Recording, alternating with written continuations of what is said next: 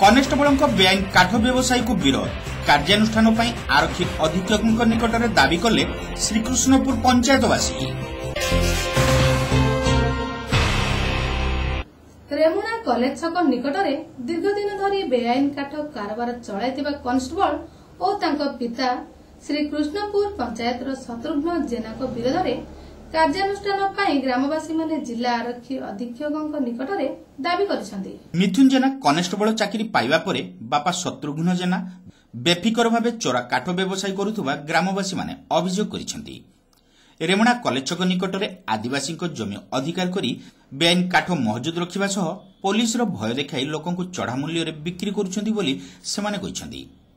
एहाकु विरोध करुथुबा ग्रामवासी मानकु गुंडा लगाई हैरान हरकत करुथुबा सेमाने आरोप उठाइछंती।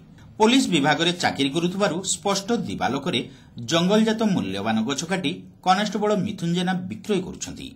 जनसाधारण को मिथ्या मामला रे फसाई देबार भय देखाउथुबारु केही विरोध पई साहस करि पारु नांती बोली ग्रामवासी माने प्रकाश करिसेंती।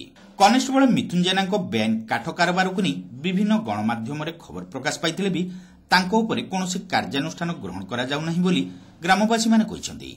उभय शत्रुघ्न जेना और पुओ कनेस्टेबल मिथुन जेनाको बेआईन कार्यकलापर तदंत सह दृढ़ कार्यानुष्ठान पई श्रीकृष्णपुर ग्रामवासी माने आरक्षी अधीक्षक निकट में दाबी करिसेंती। एने सेमाने को दाबी पत्र जिला आरक्षी अधीक्षक प्रदान करिसेंती।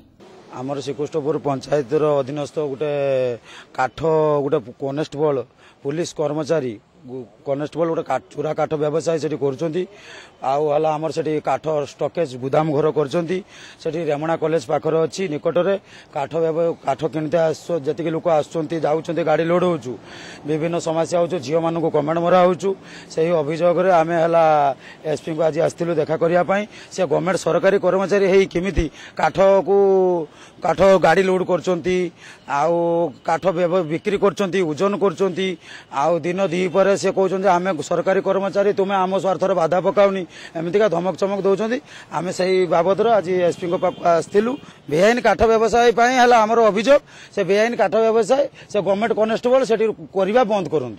दाबी पत्र प्रदान बेले पार्थसारथी दास, रत्नाकर दास, रामू सिंह, दिवाकर दास प्रमुख उपस्थित थिले।